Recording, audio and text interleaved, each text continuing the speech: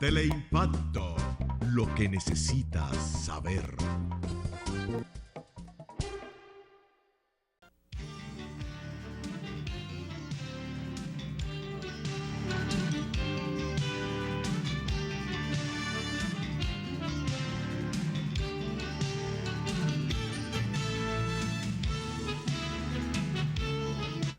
Para nosotros es de mucha satisfacción contar con la presencia de un buen amigo y sobre todo un gran entendido en temas internacionales, Fausto Liz. Fausto Liz es legislador ante el Parlacén, fue legislador de la República, diputado al Congreso Nacional. Actualmente también asume la función de secretario de Cooperación Internacional del Partido Revolucionario Moderno. Y lo hemos invitado para tratar el tema del régimen de Duvalier,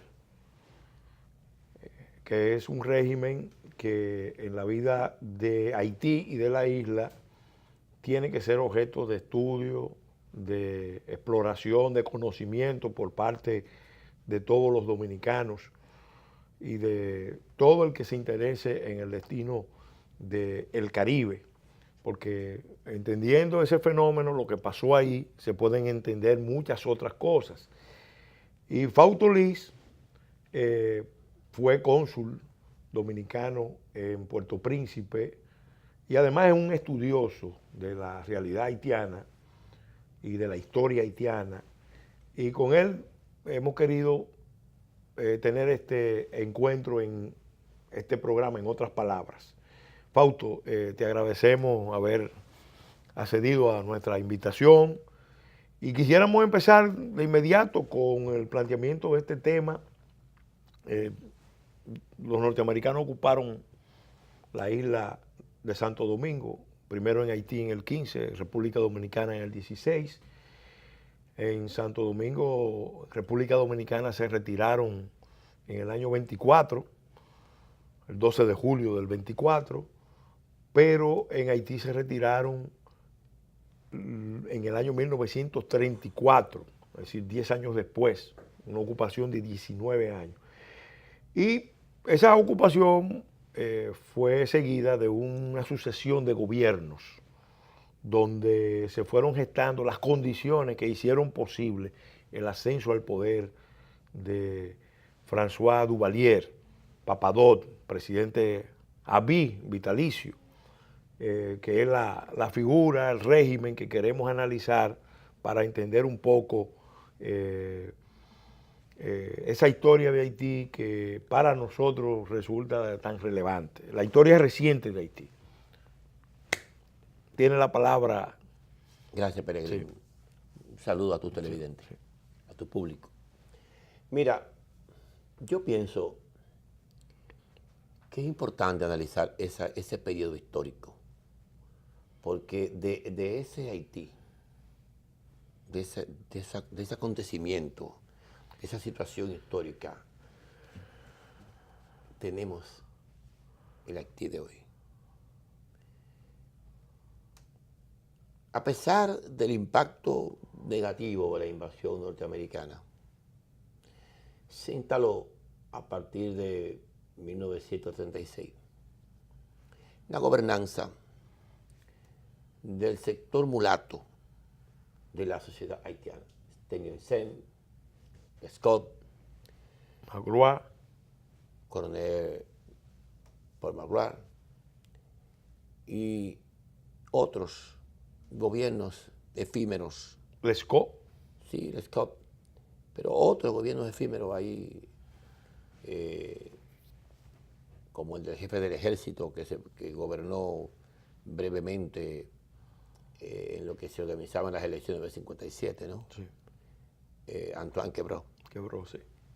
Entonces, ¿qué pasa?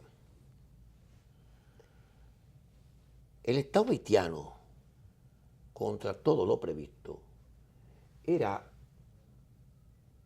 funcional, era un Estado funcional hasta 1957. Esa desgracia de pagar el costo de 100 millones de francos desde 1804 hasta 1896 y acabaron de pagar esa deuda, que es la deuda de la independencia, la única nación del mundo que tuvo que pagar una deuda para ser reconocida por el imperio dominante de la era. Eso se lo tuvo que pagar Haití a Francia, una indemnización, porque fue la primera nación de esclavos del mundo y ninguna nación donde no se hubiese superado la esclavitud reconoció a Haití. Incluso, yo me encontré en La Habana con un librito de discursos de Hugo Chávez, donde Chávez le hace la única crítica que le he encontrado a Bolívar. A una pequeña crítica que le hace a Bolívar. No lo llama inconsecuente, pero sencillamente dice que Bolívar no cumplió. Tú sabes que mientras Bolívar deambulaba depresivo, sin una hoja de ruta, sorteando un momento negro de su vida política, militar. Saliendo de Jamaica para Haití. Saliendo de Jamaica para Haití, luego del fracaso del Congreso de Angostura. El presidente haitiano, en un gesto sin precedentes, porque no había una vinculación política e ideológica en ese orden, con Bolívar, Petión. Sí, Alexander Petión. Estoy refiriendo.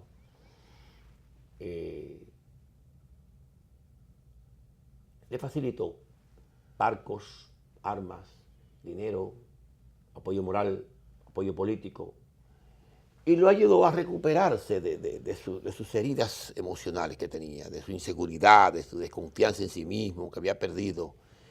Y en Haití se reencontró consigo mismo, se llenó de ánimo y salió a la lucha que lo condujo a la liberación de 5 naciones. Eso parece mentira, pero quien... De Haití a Margarita. Es de Haití a Margarita, pero quien le da el empuje... Y de Margarita al continente. Quien le da el empuje son los haitianos.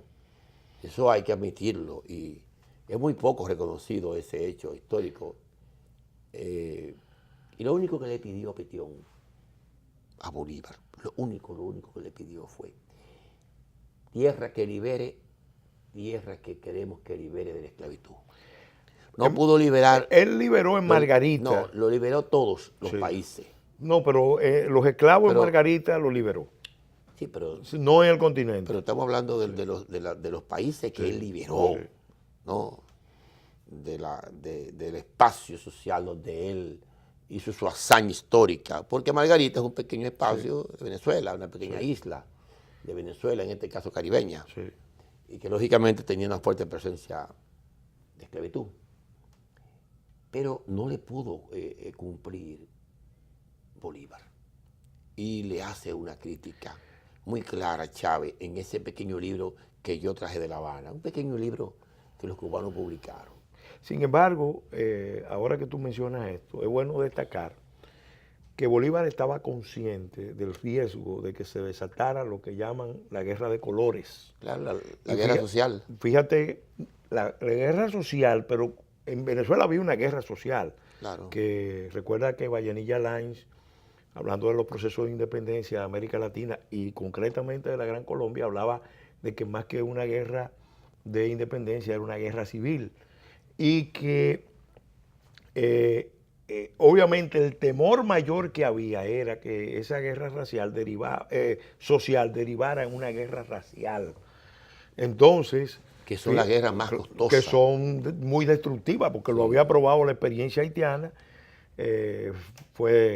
Incluso el mismo Toussaint estaba consciente de eso. Muy consciente. Y Bolívar estaba más consciente, incluso cuando se produce el conato de rebelión del general Piar.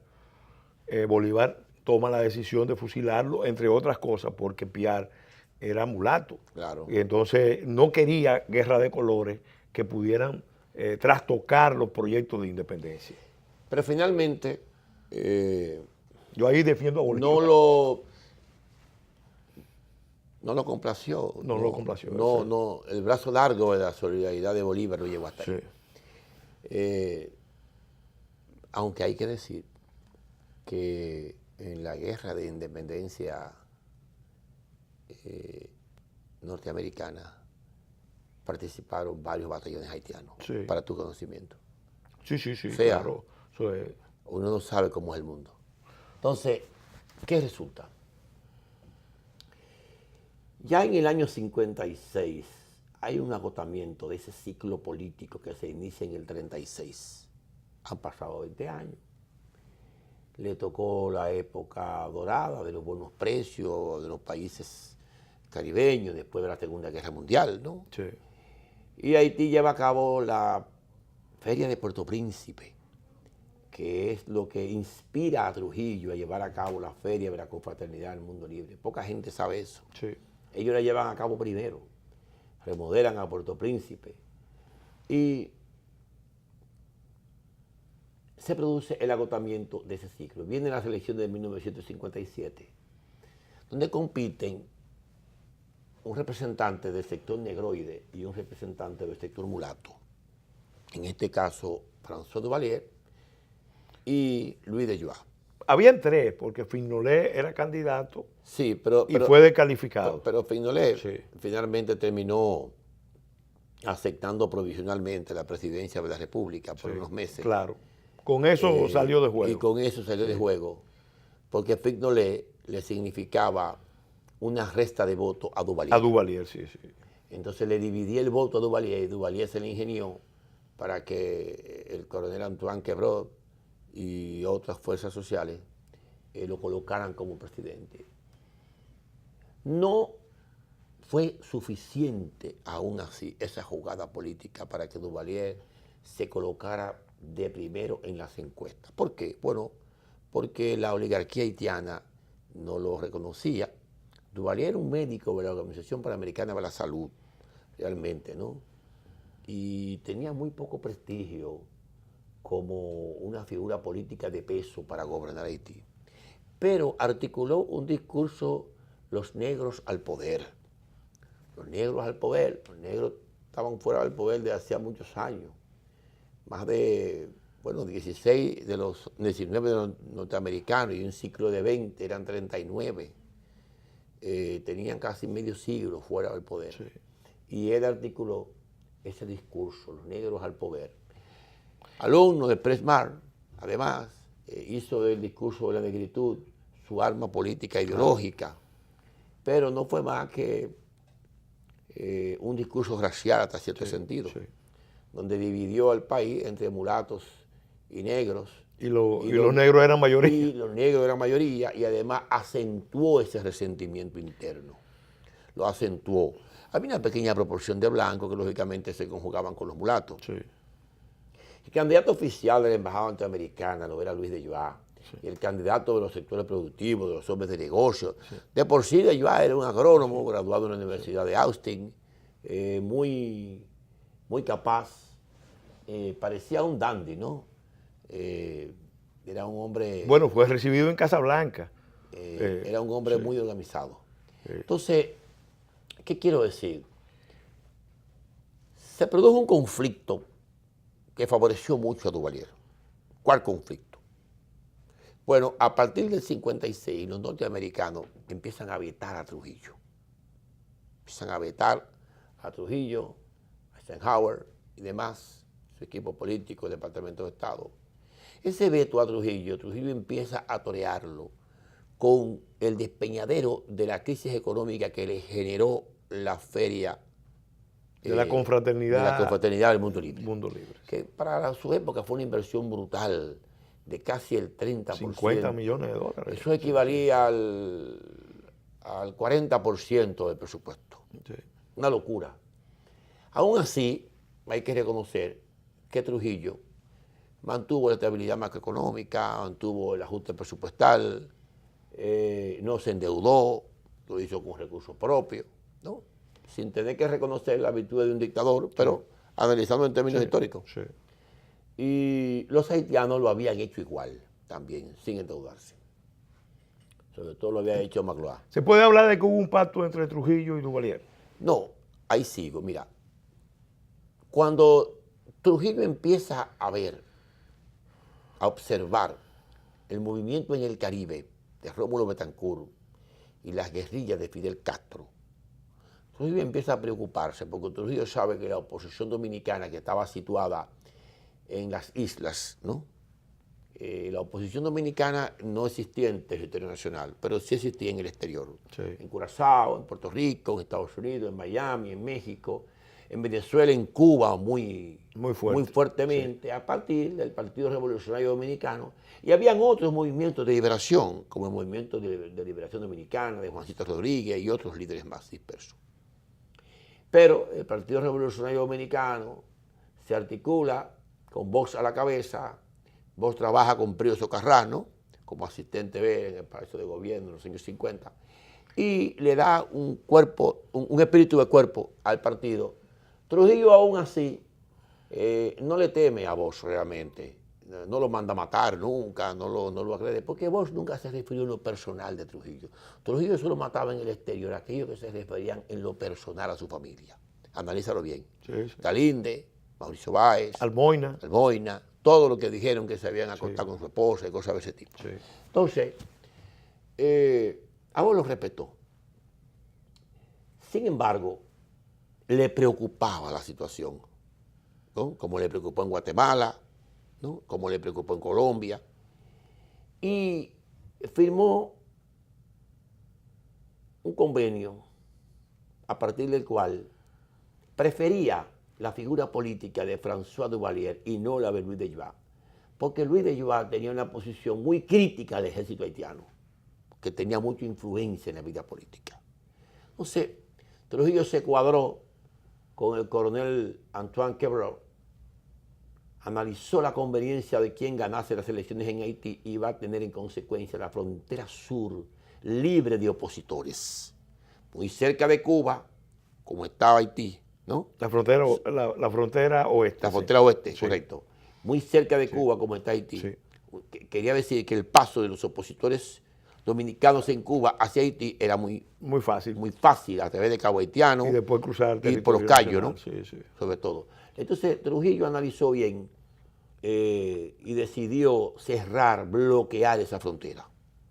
Él había tenido muchos problemas con Lescaut y había tenido problemas casi con todos los líderes. Tuvo problemas. Bueno, él tuvo problemas después que los auspició. Él lo auspiciaba y después ellos se les rebelaban, sí, como sí, le pasó con Castillo Armas, ¿no? Que terminó mandándolo a matar. Sí. Entonces, él tenía mala suerte con lo que auspiciaba. Sí. Eso le pasó con Batista también, tú lo sabes. Sí. Entonces, ¿qué resulta?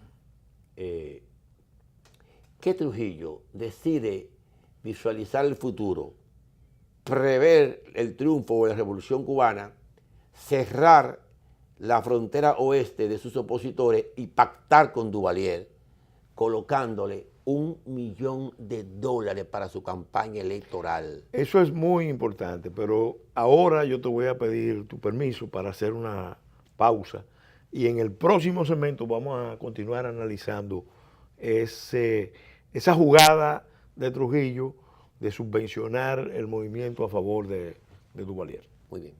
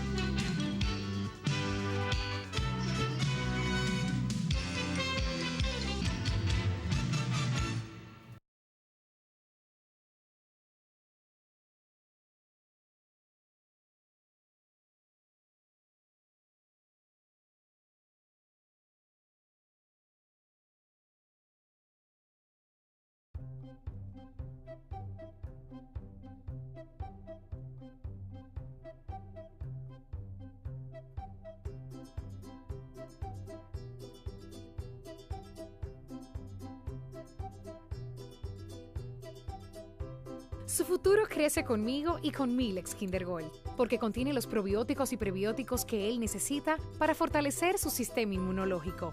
Por eso soy una mamá leona y siempre cuento con Milex Kinder Gold, la leche recomendada por pediatras que saben de nutrición.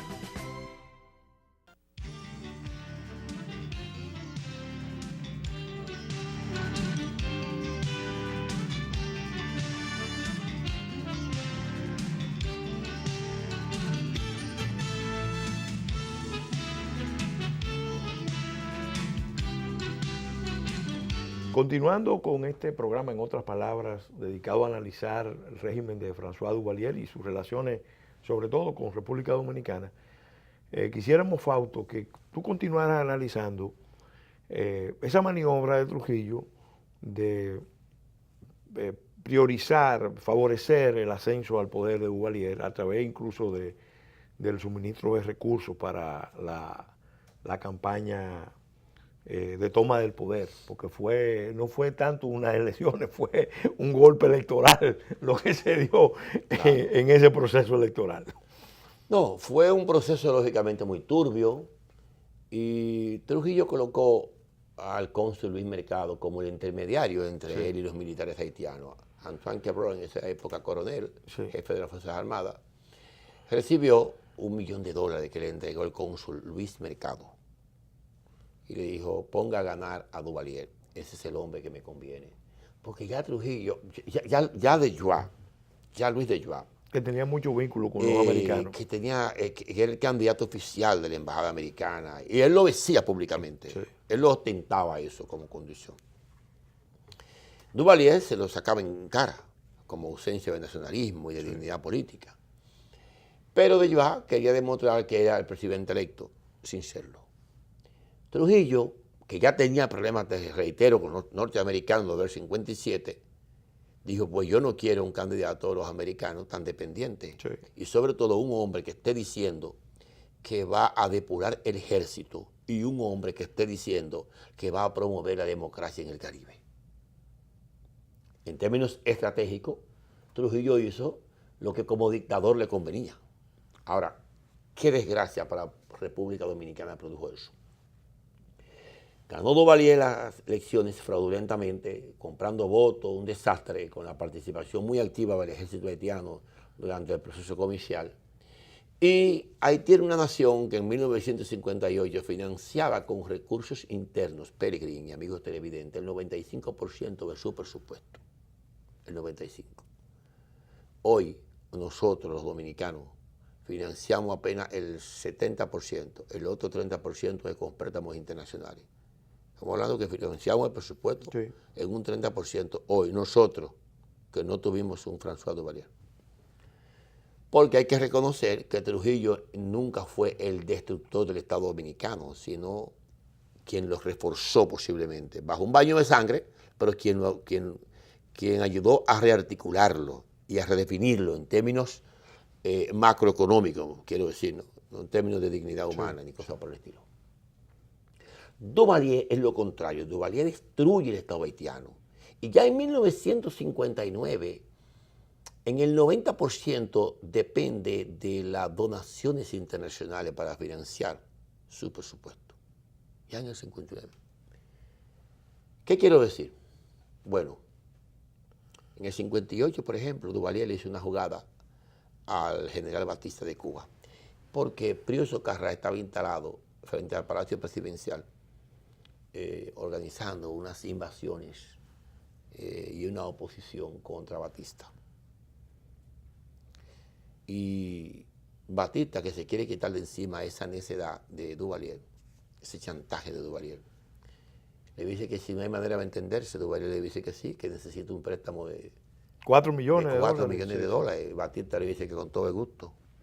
Le concede un préstamo, inmediatamente las fuerzas de Pío son mandadas para Miami y se acabó la oposición a Batista. Pero la oposición a Batista estaba realmente en Sierra Maestra y en el Escambray. Sí. No estaba en Puerto Príncipe.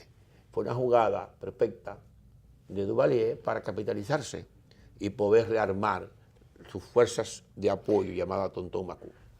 Ya que tú mencionas eso, me gustaría, porque ahora recientemente se dio a conocer algo, incluso lo conversé contigo hace unos días, algo que era poco conocido.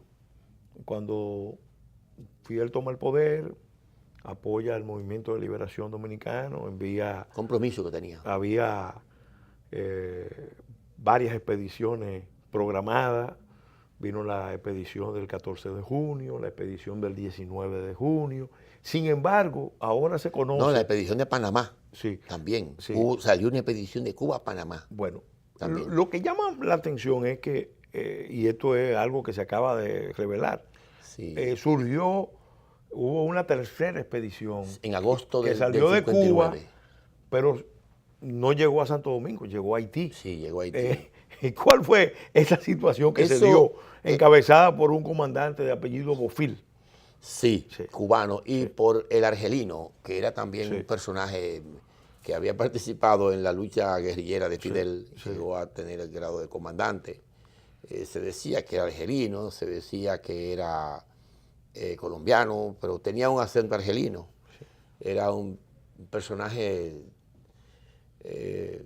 habían varios argelinos deambulando por el Caribe realmente. Aquí Trujillo tenía algunos, ¿no? En la famosa Brigada Internacional Anticomunista. Sí. Y en la Revolución de Abril se dieron cita a algunos argelinos, que incluso murieron ahí en el Palacio Nacional con el coronel Fernández Domínguez. Pero esa pequeña invasión sale de Oriente, de Cuba, con 30 hombres, en apoyo del comandante Gómez Ochoa. En apoyo del comandante Gómez Ochoa, porque ellos entendían que tenían que reforzar una guerrilla que veían ya muy débil. Sin embargo, la invasión penetró por los Cayos de Cuba, por Tiburón, una localidad que está muy al sur de Haití. Y lógicamente fueron aniquilados porque no tenían ningún movimiento de apoyo social. La esposa del argelino era haitiana y él tenía familiares en Haití. Yo a la única conclusión que he llegado es que Luis de Joix, que estaba en Cuba en los primeros días de la Revolución Cubana y que se vio con Fidel, Luis de Joix, luego que gana Duvalier, se va deportado a Puerto Rico y sigue conspirando desde las islas del Caribe contra Duvalier. Pero cuando gana Fidel, va, y como todo el mundo va a ver la luz, ¿no? Y lo mismo hizo Allende, lo mismo hizo Bosch, hicieron todo. Y se ve con Fidel, conversa. Se dice que esa invasión era la invasión que había prometido Luis de Joix para derrocar a Duvalier y que tendría el apoyo de una vanguardia del ejército haitiano. Por eso el argelino le dice a la tropa cubana, no le disparen al ejército haitiano porque él viene en nuestro apoyo. Conclusión, el ejército haitiano aniquiló aquella guerrilla y fue parte de esa turbulencia que es la política interna haitiana, ¿entiendes? Permanentemente entre pactos y traiciones, muy propio del Caribe, ¿no? Sí. Pero yo te quiero volver a un tema. Ya destruyendo el Estado haitiano en términos institucionales, en términos económicos, en términos de funcionabilidad, ¿quién contribuye a destruir el Estado haitiano? Trujillo. Trujillo es el que coloca a François Duvalier de presidente. Nosotros somos corresponsables, no como nación, pero sí como Estado. Porque es el jefe del Estado dominicano el que coloca a François Duvalier ahí. Y ese caballero destruye el Estado haitiano, un Estado que no tenía una penetración masiva a República Dominicana en el año 1958. Estaba muy bajo control la migración haitiana, no solamente porque Trujillo tenía una política de control migratorio vigorosa, ¿no? Sino porque también Haití era una población esencialmente rural, ¿no? Y el campo no estaba destruido. Más del 90% todavía, de la población. más del 90%. Fausto, vamos a hacer un alto en este punto. Sí quiero destacar que ya en el año 49, así, 8 años antes de tomar el poder Duvalier, Naciones Unidas emitió un diagnóstico de la realidad de Haití, donde básicamente describía un estado que tenía un problema de viabilidad porque había sobrepoblación y sobre todo un agudo deterioro de los recursos naturales, del medio ambiente. Y eso no lo determinó República Dominicana, ni mucho menos tampoco Trujillo. Pero vamos a hacer un alto. Era a largo plazo la evaluación, no era a corto plazo. El informe incluso era tan dramático que recomendaba la migración masiva de familias enteras en forma permanente hacia otras zonas del Caribe menos pobladas. Conclusión número 5. Pero vamos a hacer un alto y entonces vamos a continuar analizando ese tema que tú mencionas y sobre todo la crisis dominico-haitiana de 1963. Muy bien. 62-63. Como tú comprenderás, va a ser imposible llegar hasta 1972. No, pero vamos. Porque serán 4 crisis más. Vamos a tratar, porque todavía tenemos 2 segmentos más. Ok. Gracias.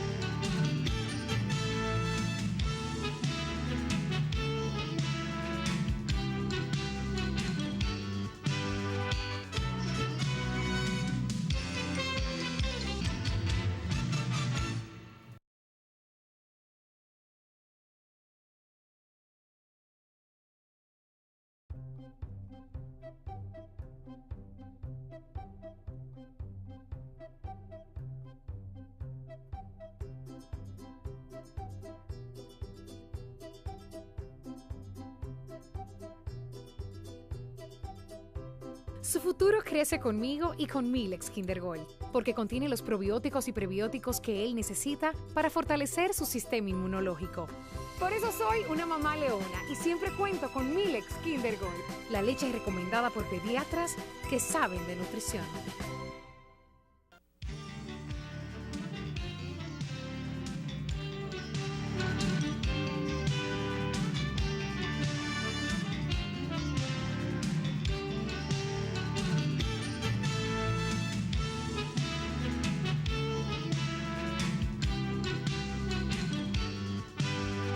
Continuando con este programa, en otras palabras, dedicado a analizar el régimen de François Duvalier y sus relaciones con República Dominicana, en el segmento anterior dejamos planteada una inquietud y Fausto también estaba destacando la responsabilidad del gobierno del dictador Trujillo, auspiciando el ascenso al poder de François Duvalier, que sin duda, al establecer en Haití la dictadura más tenebrosa de todo el continente en todos los tiempos, tuvo una cuota muy grande de responsabilidad en el derrumbe del Estado haitiano, que evidentemente tiene una serie de características y de singularidades que hicieron posible esa dictadura, porque esa dictadura no solamente surge por un movimiento externo, sino por un movimiento interno que se remonta a la afirmación del negrismo,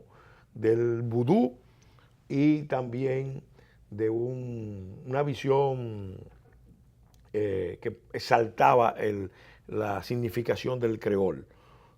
Fignolé, por ejemplo, su fuerte era que hablaba el creol mejor que ningún orador haitiano. Y era buen orador. Y era buen orador. Excelente. Y además, Duvalier cultivó mucho el dominio del vudú y del creol. Pero la fuerza de Daniel Fignolé solamente estaba en Puerto Príncipe. En Puerto Príncipe. No tenía fuerza en el interior. El compresor.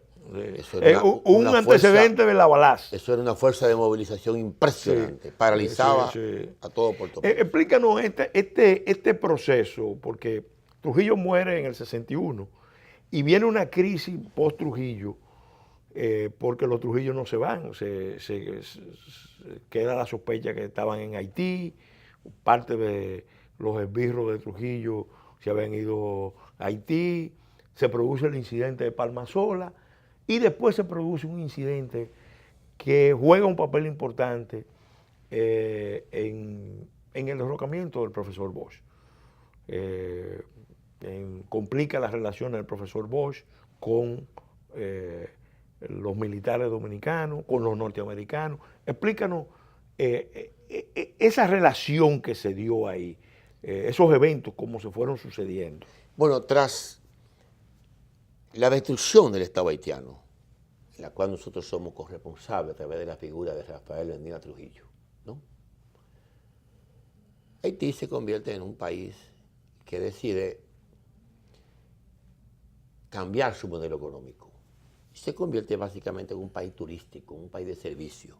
El turismo haitiano era superior al de los dominicanos en el año 59 y en el año 60. Superior. No teníamos turismo nosotros. Nosotros no teníamos turismo, nosotros éramos un país clandestino, Trujillo no le interesaba. Y a pesar de que Trujillo construyó muchos hoteles entre el 55 y el 60, ¿no? Pero todavía no competíamos. Pero no teníamos, Era más para un turismo interno. No teníamos una difusión Sí. exótica, Sí. que era como se vendía Haití.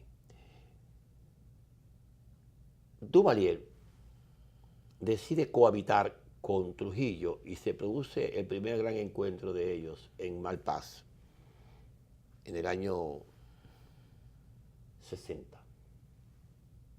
Llevan a cabo una reunión muy breve en la que Duvalier llegó 45 minutos más tarde.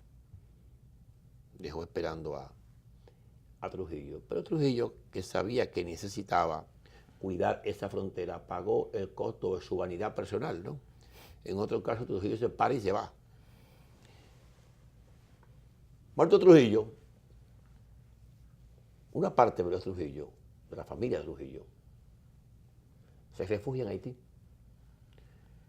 comenzando por Johnny Ave García. El jefe del Servicio de Inteligencia Militar. El jefe del Servicio de Inteligencia, más macabro, Sí, sobre todo en su última etapa. sí. Se volvió muy sanguinario.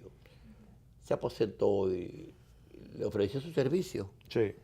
Ya Duvalier tenía a Barbeau, que era el Clement Barbeau. el coronel Clement Barbeau, que finalmente terminó enfrentándose con Duvalier y confrontándose con Duvalier y murió en una operación de guerrilla urbana en Puerto Príncipe, en las montañas de Kenskov y esa parte ahí. ¿Qué sucede? Ya en el 62 el exilio haitiano está muy activo en las islas del Caribe, incluidos República Dominicana, Puerto Rico, Curazao, Venezuela. En Cuba había una inmensidad de haitianos haciendo labores agrícolas en el corte de la caña. La gente piensa que solo es en República Dominicana. En Cuba había más de 150.000 haitianos. Habían retornado porque... Sí, una parte, Sí. pero inclusive la banca cubana tenía depósitos de $7 millones, que fue lo que sirvió de garantía para el préstamo que le hizo Batista a Duvalier, Sí. que eran de los fondos de la seguridad social de los haitianos. Entonces, es Duvalier el que en el 61 se pone en alto, se pone en guardia y empieza a preocuparse por qué está pasando en República Dominicana. Vos, que viene desde Cuba con un discurso de toma de posesión, primero con una campaña presidencial que fue prácticamente una lucha social entre tutumpotes, Hijo de Machepa. hijo de Machepa, divide el país socialmente entre pobres y ricos, bueno, y eso lo coloca en el poder. Claro, No, aparte del apoyo que le dieron las fuerzas del Bueno, Partido Dominicano. Porque, bueno, aparte de los acuerdos que sí, llegó sí. con lo que quedaban de las estructuras Sí, sueltas sí. del antiguo Partido Dominicano. que fue muy inteligente y de de su la parte. fuerza Sí. que tenía Balaguer, Sí. con una fuerza dominante todavía. Sí. Pero fragmentó la sociedad. Colocó a los ricos de un lado y los pobres de otro. Y Duvalier tomó partida desde Puerto Príncipe, ya en plena campaña presidencial del 62. Duvalier elabora un plan y manda a matar a Bush. Eso es poco conocido. Muy poco conocido. Lo manda a matar a Bush. Pero no logra liquidarlo. Vos lo denuncia, ya presidente electo. Es que vos terminas de armar el expediente comprobatorio, porque vos siempre le gustó tener las evidencias de las cosas para denunciarlas. Muy pocas veces jugaba al arte de la aventura y de la denuncia Alegre. pura y simple. Y eso comenzó a destruir las relaciones dominico-haitianas. Pero ya antes se había dado durante el proceso del Consejo de Estado un incidente muy complicado que fue la muerte de Palmasola, la matanza de Palmasola, que le costó la vida al hombre que iba a ser secretario de las Fuerzas Armadas del gobierno de Juan Bosch, ¿no? El general Rodríguez Reyes. Rodríguez Reyes, el papá del coronel Cuco Landestoy, que después fue el jefe de la Guardia Presidencial de Antonio Guzmán. Sí. Entonces, ¿qué quiero decir? Ya ahí había un ambiente de veneno en esas relaciones. Johnny Ave García está en Puerto Príncipe escribiendo un libro, ¿no? Escribiendo un libro que no concluye sino hasta el año 65. Y había un ambiente de insurrección. Los opositores a Duvalier, situados en Santo Domingo y en Dajabón, encabezado por el general León Cantave, sí. Ya tenían un apoyo del gobierno de Kennedy realmente. Y el coronel Garrido, en Dajabón, era el instructor en la base aérea de Dajabón.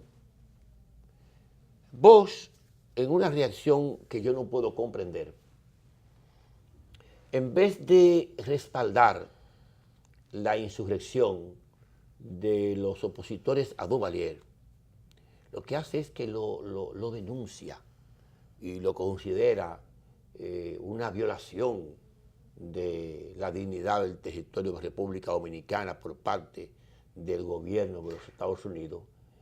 Incluso responsabiliza esa acción como el principal componente de su derrocamiento. Pero acuérdate que se produjo un incidente en Puerto Príncipe donde se previamente, ocupó la embajada dominicana. Ahí voy. Previamente, cuando Clement Barbeau estaba en sus escaramuzas, que planeó un atentado contra la familia presidencial. Cuando estaba en sus escaramuzas, lógicamente, contra Duvalier, en un momento de desesperación, planea un ataque contra Jean-Claude Duvalier, el hijo, y contra la hija. De alguna manera no logra llevarlo a cabo de forma positiva, pero sí mata a la escolta de los niños, de los hijos de Duvalier. Y se producen ciertos asilamientos en la embajada dominicana, que está situada en Petionville, ¿no? Que es propiedad del Estado Dominicano, por cierto. Fue construida por Trujillo de una manera una estructura muy sólida. Desgraciadamente, se produce una invasión de las fuerzas haitianas, específicamente de los Tonton Macoute, contra la embajada. Y el único personal que estaba allí en ese momento era Katia Mena, que era la secretaria de la embajada. Incluso estaba en estado de gestación. Las fuerzas haitianas rodean la embajada, colocan una ametralladora 50 encima de una de las matas y crean un estado de terror. Allí habían 28 exiliados, asilados, muriéndose de miedo. Bosch lo denuncia, da 24 horas para que salga la tropa que cerca la embajada, o de lo contrario va a bombardear a Puerto Príncipe. Sí. El ejército se movilizó. La Fuerza Aérea, el Ejército y la Marina se movilizan hacia la frontera, se encabeza el coronel Fernández Domínguez, y a tira luna, incluso lanzas unas octavillas sobre el Palacio Presidencial de Haití, de Puerto Príncipe, advirtiendo que va a haber acción militar para que los civiles que estén cerca del palacio se replieguen. Desgraciadamente, la Organización de Estados Americanos, OEA, juega un papel de mediador y la confrontación no se da. O desgraciadamente, o para el bien de la isla. Pero digo para desgracia porque Duvalier se eternizó a partir de eso y Bosch cayó. La crisis termina favoreciendo a Duvalier y termina sembrando la desconfianza entre los militares y Juan Bosch. Sí. Bosch vacila demasiado, no toma la decisión. Attila Luna le pide la orden por escrito para bombardear a Puerto Príncipe, Bosch no se la da. La conclusión es que de esa crisis Bosch sale muy debilitado, porque a partir de ahí todo el tiempo estuvo políticamente a la defensiva. Duvalier se recompuso y terminó derrotando a los opositores que recibieron armas de los Estados Unidos en el aeropuerto, en la pista aérea, de Dajabón. Las armas llegaron. Sí. Las armas llegaron, unas 250 fusiles más o menos llegaron, y lograron atacar la dotación militar de Juana Méndez. La lograron atacar, pero en condiciones muy desventajosas, porque ya Duvalier tenía infiltrada la tropa del coronel León Canter y sabía precisamente cada paso que iban a dar. Vamos a hacer un alto y ya en el segmento final de este programa, que como bien tú anticipabas, solamente ha podido abordar unas vertientes del régimen de Duvalier y sus relaciones con República Dominicana, vamos a abordar otras que son igualmente relevantes. Claro que sí.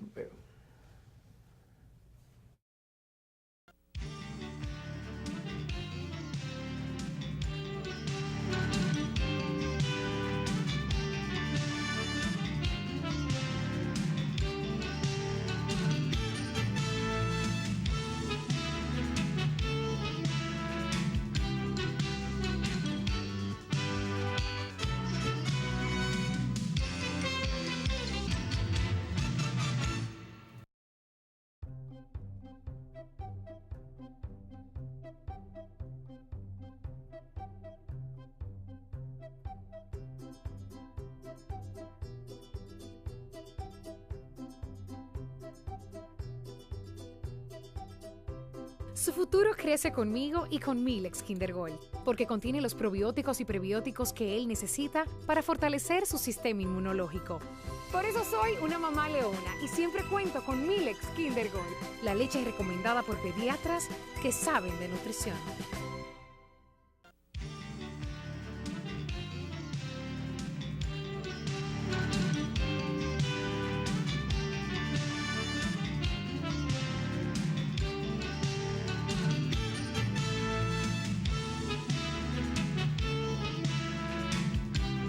En el segmento final de este programa, en otras palabras, dedicado a analizar el régimen de Duvalier y sus relaciones con República Dominicana, Fausto, quisiéramos ahora... Hasta 1963. Claro.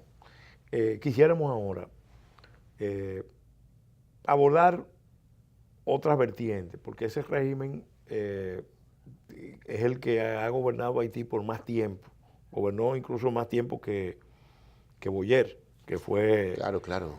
un presidente de más de 22 años.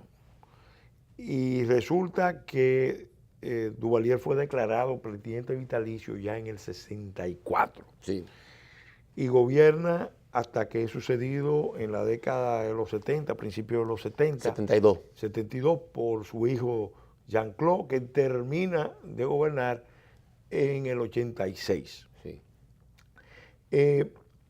¿Cuáles son las características, las bases sociales del apoyo de Duvalier? Porque Duvalier tuvo muchos problemas con el ejército haitiano. Sí, el ejército haitiano lo auspicia, pero después no se confía en el ejército haitiano, crea unas milicias. Y algo todavía que llama mucho la atención es la capacidad que tiene de usar la estructura de creencias de Haití, los Houngan, el vudú, como arma política. No es un gobierno teocrático, pero es un gobierno que se apoya en los jefes espirituales, religiosos, y donde el presidente pasa a ser vamos a decir, el atí principal del vudú en Haití.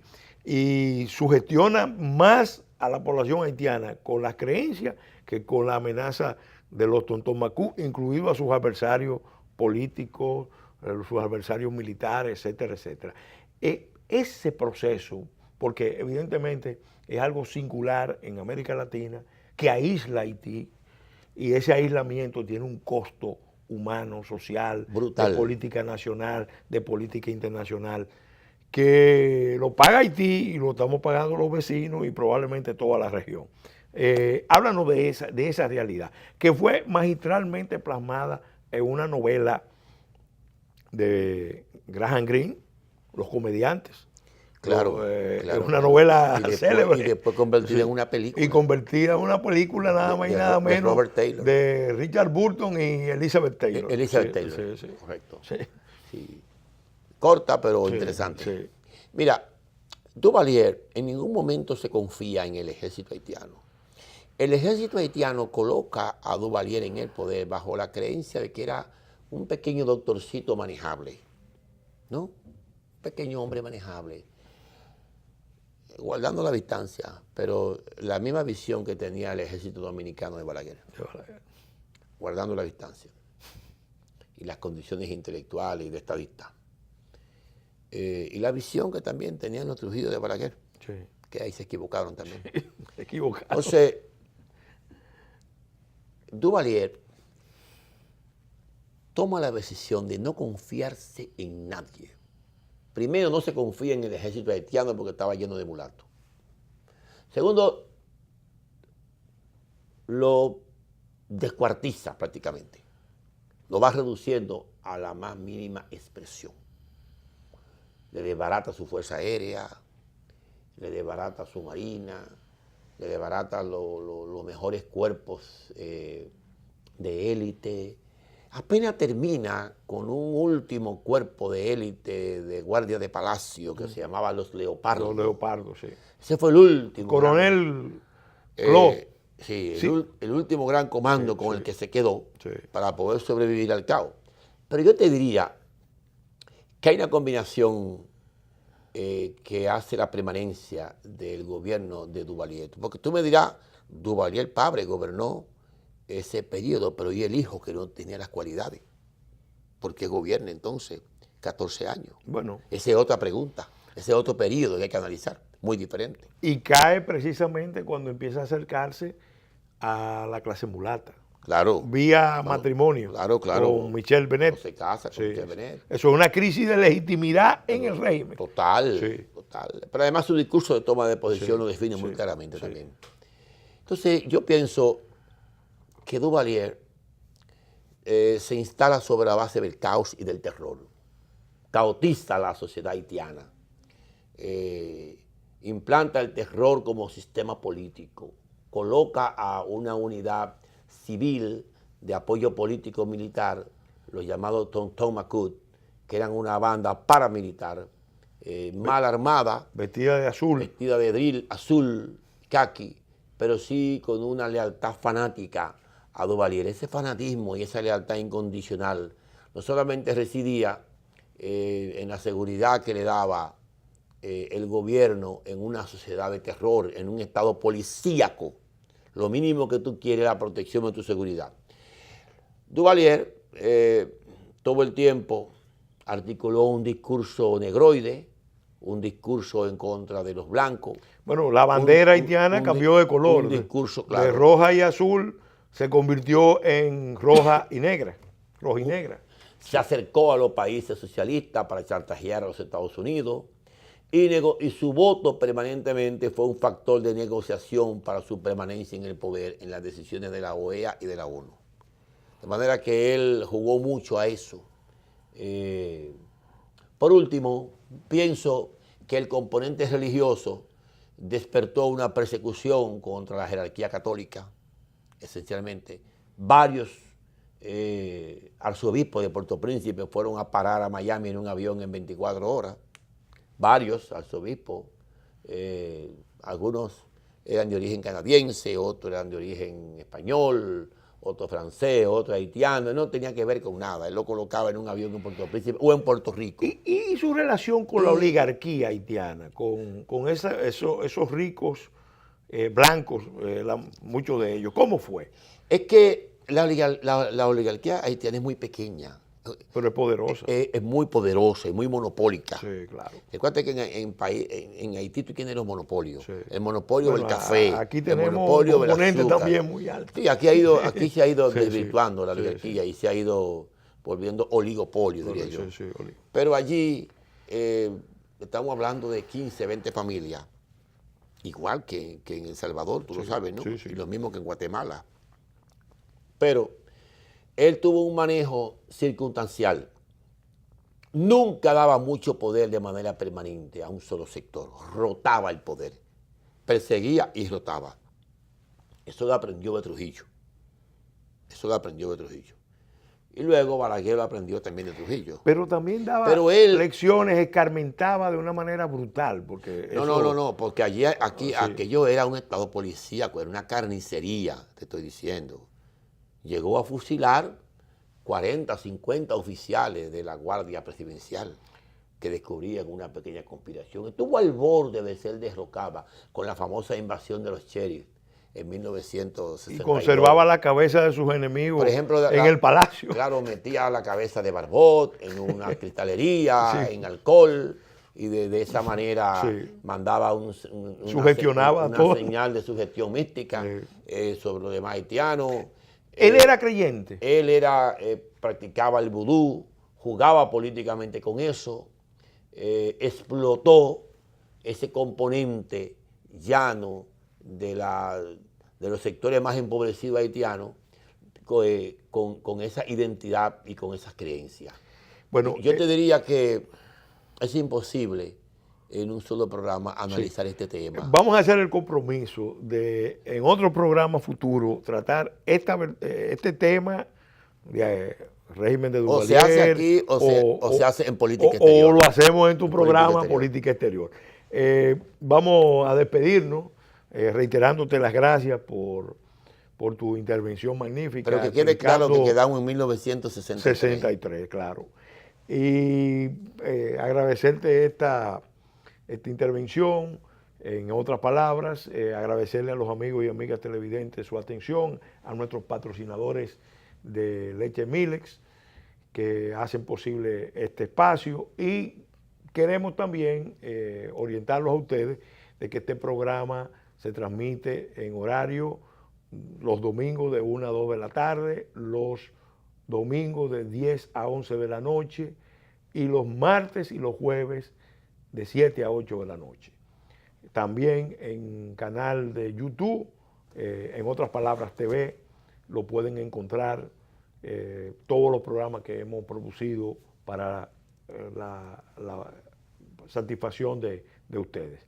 Gracias por su atención y hasta la semana entrante, Dios mediante.